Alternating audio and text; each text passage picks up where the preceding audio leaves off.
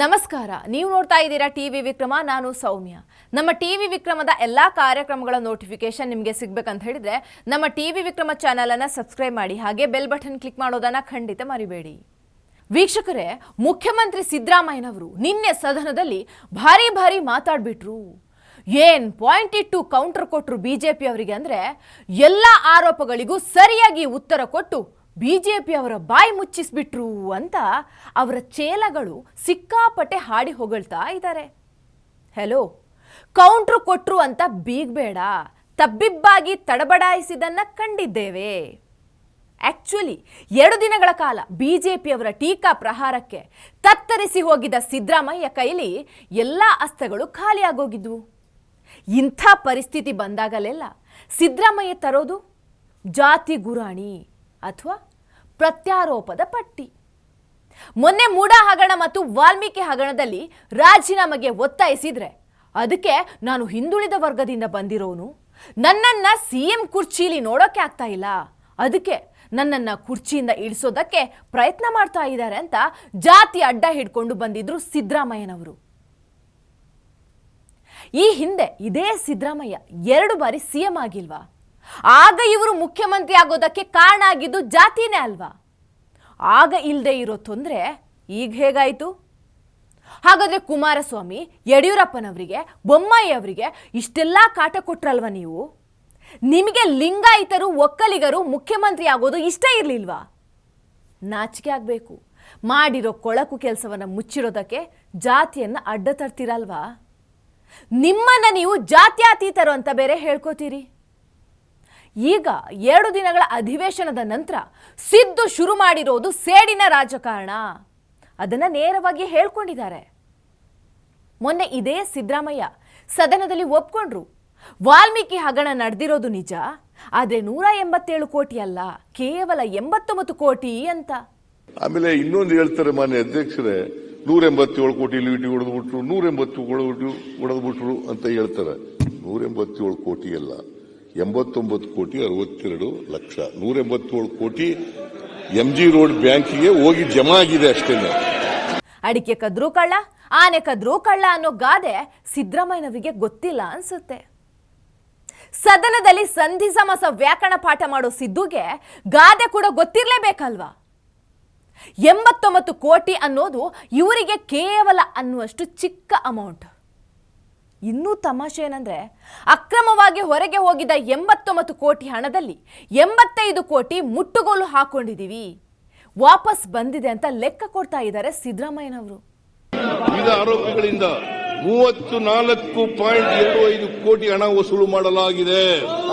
ಇದುವರೆಗೆ ಸರ್ಕಾರವು 85 ಕೋಟಿ 25 ಲಕ್ಷ 7,698 ರು ಹಣವನ್ನು ವಿವಿಧ ಹಂತಗಳಲ್ಲಿ ತನ್ನ ವಶಕ್ಕೆ ಪಡೆದಿದೆ. ಹಾಗಾದ್ರೆ ಪರಪ್ಪನ ಅಗ್ರಹಾರ ಜೈಲಲ್ಲಿ ಸುಮಾರು ಜನ ಕಳ್ಳರಿದ್ದಾರೆ. ಸರಗಳ್ಳರು, ಹಣ ಕದ್ದವರು, ಮನೆ ದರೋಡೆ ಮಾಡಿದವರು, ಗಂಧ ಕದ್ದವರು, ದಂತ ಕದ್ದವರು, ಚಂದನ ಕದ್ದವರು, ಹೀಗೆ ಸಾಕಷ್ಟು ಕಳ್ಳರಿದ್ದಾರೆ. ಅವರು ಕದ್ದಿರೋ ಮಾಲನ್ನ ಪೊಲೀಸರು ವಶಪಡಿಸ್ಕೊಂಡಿರೋದು ಆಗಿದೆ. ಹಾಗಾದ್ರೆ ಕಳ್ಳರು ಜೈಲಲ್ಲಿ ಹಾಕಿದ್ದಾರೆ, ಶಿಕ್ಷೆ ಯಾಕೆ ಕೊಡ್ತಿದ್ದಾರೆ ಅವರಿಗೆ? ಕದ್ದಿರೋ ವಸ್ತುಗಳನ್ನ ವಾಪಸ್ ಕೊಟ್ರೆ ಎಲ್ಲ ಮಾಫಿ ಆಗ್ಬಿಡ್ಬೇಕಲ್ವಾ? ಸಿದ್ದರಾಮಯ್ಯನವರೇ, ಚೆನ್ನಾಗಿದೆ ನಿಮ್ಮ ಲಾಜಿಕ್. ವಾಲ್ಮೀಕಿ ನಿಗಮದಲ್ಲಿ ಆ ಸಮುದಾಯದ ಅಭಿವೃದ್ಧಿಗೆ ಅಂತ ಇದ್ದ ಹಣವನ್ನ ದುರ್ಬಳಕೆ ಮಾಡ್ಕೊಂಡಿದ್ದು ತಪ್ಪೇ ಅಲ್ವಾ? ವಾಪಸ್ ತಗೊಂಡ್ಬಿಟ್ರೆ ಎಲ್ಲ ಸರ್ ಹೋಗ್ಬಿಡುತ್ತಾ? ಹಾಗಾದ್ರೆ ಇನ್ಮೇಲೆ ಬ್ಯಾಂಕಲ್ಲಿ ಜನರು ಇಟ್ಟಿರೋ ಹಣವನ್ನ ಬ್ಯಾಂಕ್ ಸಿಬ್ಬಂದಿ ಬಳಸ್ಕೋಬಹುದು, ಮತ್ತೆ ವಾಪಸ್ ಹಾಕ್ಬಹುದಲ್ವಾ? ಸರ್ಕಾರದ ಖಜಾನೆಯಲ್ಲಿರೋ ಹಣವನ್ನ ಮಂತ್ರಿಗಳು ತಮ್ಮ ಸ್ವಂತಕ್ಕೆ ಬಳಸ್ಕೋಬಹುದು, ಆಮೇಲೆ ಮತ್ತೆ ವಾಪಸ್ ಖಜಾನೆಯಲ್ಲಿ ತಂದಿಡಬಹುದಲ್ವಾ? ಇದ್ಯಾವ ಕಿತ್ತೋದ ಲಾಜಿಕ್ ನಿಮ್ದು? ಹಣ ವಾಪಸ್ ಬಂದಾಯ್ತು, ವಾಲ್ಮೀಕಿ ನಿಗಮದ ಹಗರಣವನ್ನ ಕ್ಲೋಸ್ ಮಾಡಿಬಿಡ್ಬೇಕು ಅಂತನ ನಿಮ್ಮ ವಾದ?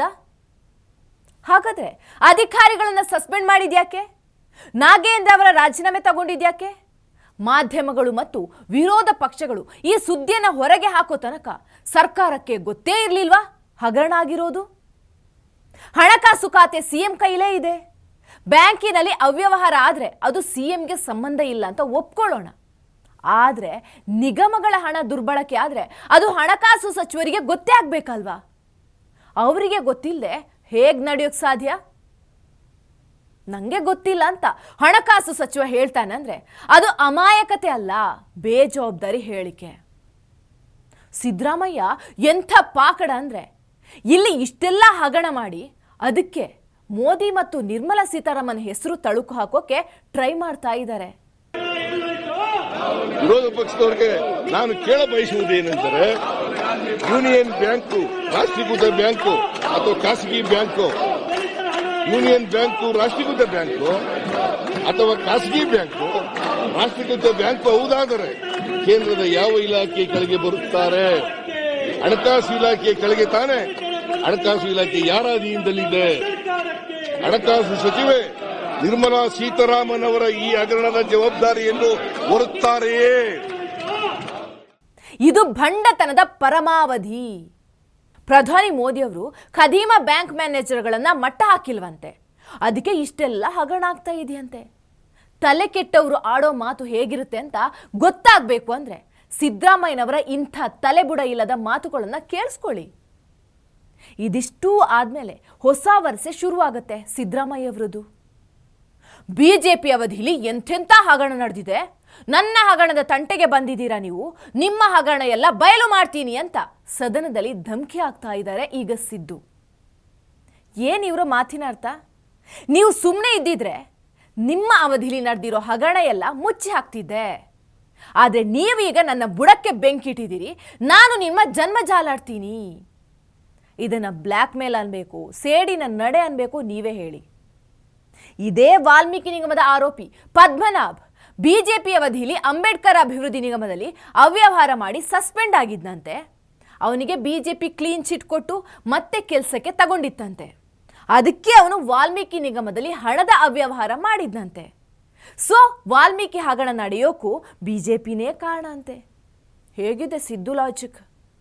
ಈ ವಿಷಯದಲ್ಲಿ ಆರೋಪಿಗಳಾಗಿರುವ ನಿಗಮದ ಇಂದಿನ ವ್ಯವಸ್ಥಾಪಕ ನಿರ್ದೇಶಕ ಜೆ.ಜಿ. ಪದ್ಮನಾಭ್ 217ನೇ ಸಾಲಿನಲ್ಲಿ, ಇದು ಬಹಳ ಮುಖ್ಯ ಮಾನ್ಯ ಅಧ್ಯಕ್ಷರೇ, 217ನೇ ಸಾಲಿನಲ್ಲಿ ಡಾಕ್ಟರ್ ಬಿ.ಆರ್. ಅಂಬೇಡ್ಕರ್ ಅಭಿವೃದ್ಧಿ ನಿಗಮ ಬೆಂಗಳೂರು ನಗರ ಜಿಲ್ಲೆಯಲ್ಲಿ ಜಿಲ್ಲಾ ವ್ಯವಸ್ಥಾಪಕರಾಗಿರುವ ಸಂದರ್ಭದಲ್ಲಿ ಈ ವಾಲ್ಮೀಕಿ ನಿಗಮದಲ್ಲಿ ಮಾಡಿದ ಮಾದರಿಯಲ್ಲೇ 4.96 ಕೋಟಿಗೂ ಹೆಚ್ಚು ವ್ಯವಹಾರ ನಡೆಸಿದ್ದ ಆರೋಪದ ಮೇಲೆ ಅಮಾನತ್ತಾಗಿ ಇಲಾಖೆ ವಿಚಾರಣೆ ಪ್ರಾರಂಭಿಸಲಾಗಿತ್ತು. ಆದರೆ ಅವರನ್ನು ನಿಮ್ಮ ಸರ್ಕಾರ ಆರೋಪ ಮುಕ್ತಗೊಳಿಸಿ ಆದೇಶಿಸಿತ್ತು. ಆಗಿದ್ದರೆ ಈ ಪದ್ಮನಾಭನನ್ನು ಆರೋಪ ಮುಕ್ತಗೊಳಿಸಿದಾಗ ಅಧಿಕಾರದಲ್ಲಿ ಬಿಜೆಪಿ ಸರ್ಕಾರವೇ ಇತ್ತು.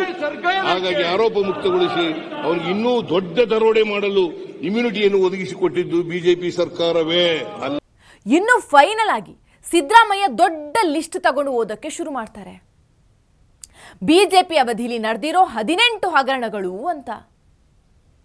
ಎಪಿಎಂಸಿ, ಭೋವಿ ಅಭಿವೃದ್ಧಿ ನಿಗಮ, ದೇವರಾಜ ಅರಸು ಟರ್ಮಿನಲ್, ಗಂಗಾ ಕಲ್ಯಾಣ ಯೋಜನೆ, ಪ್ರವಾಸೋದ್ಯಮ ಇಲಾಖೆ, ಕಿಯೋನಿಕ್ಸ್, ಕೋವಿಡ್, 40% ಕಮಿಷನ್, ಪಿಎಸ್ಐ ನೇಮಕಾತಿ, ಪರಶುರಾಮ್ ಥೀಮ್ ಪಾರ್ಕ್, ಬಿಟ್ಕಾಯಿನ್, ಅಬಕಾರಿ ಹಗರಣ, ಕೆಕೆಆರ್ಡಿಬಿ, ಕಂದಾಯ ಇಲಾಖೆ, ಕೃಷಿ ಇಲಾಖೆ, ಗಣಿ, denotification, Guru Raghavendra cooperative bank, ಹೀಗೆ ದೊಡ್ಡ ಲಿಸ್ಟ್ ಕೊಡೋ ಸಿದ್ದು ಎಲ್ಲಾ ಸೇರಿ 1000 ಕೋಟಿ ರೂಪಾಯಿ ಹಗರಣ ಮಾಡಿದೆ ಬಿಜೆಪಿ ಅಂತ ಹೇಳ್ತಾರೆ. ಹಲೋ ಸಿದ್ದರಾಮಯ್ಯನವರೇ, ಇಷ್ಟೆಲ್ಲ ಹಗರಣಗಳ ಬಗ್ಗೆ ವಿರೋಧ ಪಕ್ಷದಲ್ಲಿದ್ದಾಗ ಯಾಕೆ ಧ್ವನಿ ಎತ್ತಲಿಲ್ಲ? 40% ಕಮಿಷನ್ ಬಗ್ಗೆ ಗಲಾಟೆ ಮಾಡಿ ಬಿಜೆಪಿಯನ್ನ ಸೋಲಿಸಿ ಅಧಿಕಾರಕ್ಕೆ ಬಂದ್ರಿ. ಇವತ್ತಿನ ತನಕ ಅದನ್ನ ಪ್ರೂವ್ ಮಾಡ್ಕೊಳ್ಳೋಕ್ಕಾಗಲಿಲ್ಲ ನಿಮಗೆ. ನಿಮ್ಮ ಡಿಸಿಎಂ ಶಿವಕುಮಾರ್ ಅವರು ಅದು ಫೇಕ್ ಆರೋಪ ಅಂತ ಒಪ್ಕೊಂಡಿದ್ದಾರೆ, ರಾಜಕೀಯಕ್ಕೋಸ್ಕರ ಮಾಡಿದ್ವಿ ಅಂತ ಹೇಳ್ಕೊಂಡಿದ್ದಾರೆ. ಬಿಜೆಪಿ ಸರ್ಕಾರದ ಕೊನೆ ಅವಧಿಯಲ್ಲಿ 40% ಸರ್ಕಾರ ಅಥವಾ ಪೇ ಸಿಎಂ ಅಭಿಯಾನ ಮಾಡಿದ್ರಿ. ನೀವು ಮಾಡೋದು ಮುಖ್ಯ ಅಲ್ಲ, ಅದನ್ನ ಕಾರ್ಯರೂಪಕ್ಕೆ ಜನರ ಮುಂದೆ ಇಡಬೇಕು. ನೆಗೆಟಿವ್ ಅಲ್ಲ, ಜನರ ಮುಂದೆ ಇಡಬೇಕು. ನಂಬೋ ರೀತಿಯಲ್ಲಿ ಸುಳ್ಳು ಹೇಳಬೇಕು. ಆ ಸುಳ್ಳು ಹೇಳಕ್ಕೂ ಅವ್ರಿಗೆ ಬರಲ್ಲ, ನಂಬ್ಸಕ್ಕೂ ಬರಲ್ಲ. ನಂಬೋ ರೀತಿಯಲ್ಲಿ ಸುಳ್ಳು ಹೇಳಬೇಕು. ಆ ಸುಳ್ಳು ಹೇಳಕ್ಕೂ ಅವ್ರಿಗೆ ಬರಲ್ಲ, ನಂಬ್ಸಕ್ಕೂ ಬರಲ್ಲ. ಇನ್ನು ಕೋವಿಡ್ ಸಮಯದಲ್ಲಿ 42,000 ಕೋಟಿ ಹಗರಣ ಆಗಿದೆ ಅಂತ 2 ವರ್ಷದಿಂದ ಹೇಳ್ತಾನೇ ಇದ್ದೀರಿ. ಸುಧಾಕರ್ ಅವರನ್ನ ಜೈಲಿಗೆ ಕಳಿಸ್ತೀನಿ ಅಂತ ಬೆದರಿಸ್ತಾನೆ ಇದ್ದೀರಿ. ಬುಟ್ಟಿಲಿ ಹಾವಿಟ್ಕೊಂಡು ಹೆದರ್ಸೋ ತರ.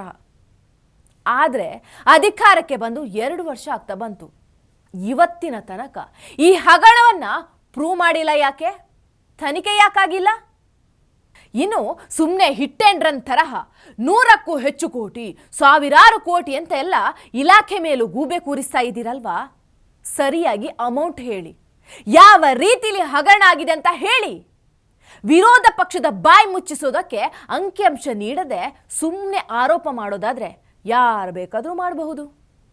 ಬಿಟ್ಕಾಯಿನ್ ಹಗರಣ ಅಂತಿರಲ್ವಾ, ಅದರಲ್ಲಿ ನಿಮ್ಮ ಆಪ್ತ ಹ್ಯಾರಿಸ್ ಅವರ ಪುತ್ರ ಹೆಸರು ಬಂದಿದೆ, ನೆನಪಿದೆಯಾ? ನಲಪಾಡ್ ಬ್ರದರ್ಸ್ ಹೆಸರೇ ಓಡಾಡ್ತಿರೋದು.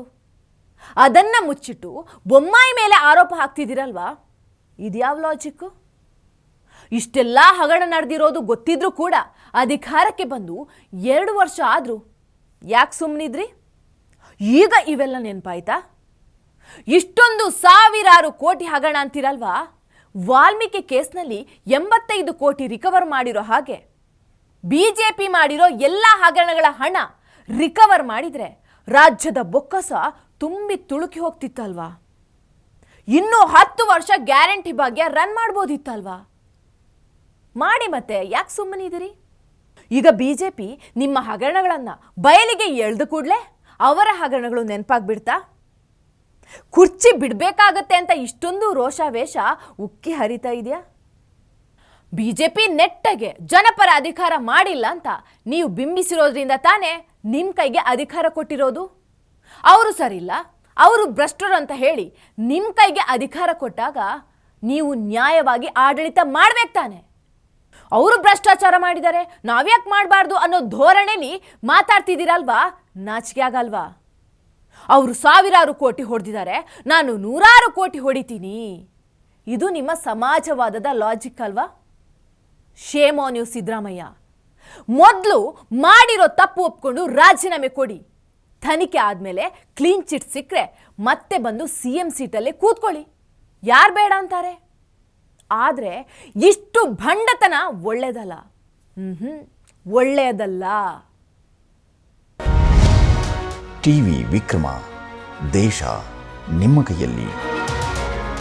ಈ ಕಾರ್ಯಕ್ರಮ ನಿಮಗೆ ಇಷ್ಟ ಆಗಿದ್ದಲ್ಲಿ ಲೈಕ್, ಶೇರ್ ಹಾಗೂ ಕಮೆಂಟ್ ಮಾಡಿ. ಟಿವಿ ವಿಕ್ರಮದ ಕಾರ್ಯಕ್ರಮಗಳನ್ನು ನಿರಂತರವಾಗಿ ವೀಕ್ಷಿಸಲು ಸಬ್ಸ್ಕ್ರೈಬ್ ಮಾಡಿ, ಬೆಲ್ ಐಕನ್ ಒತ್ತಿ.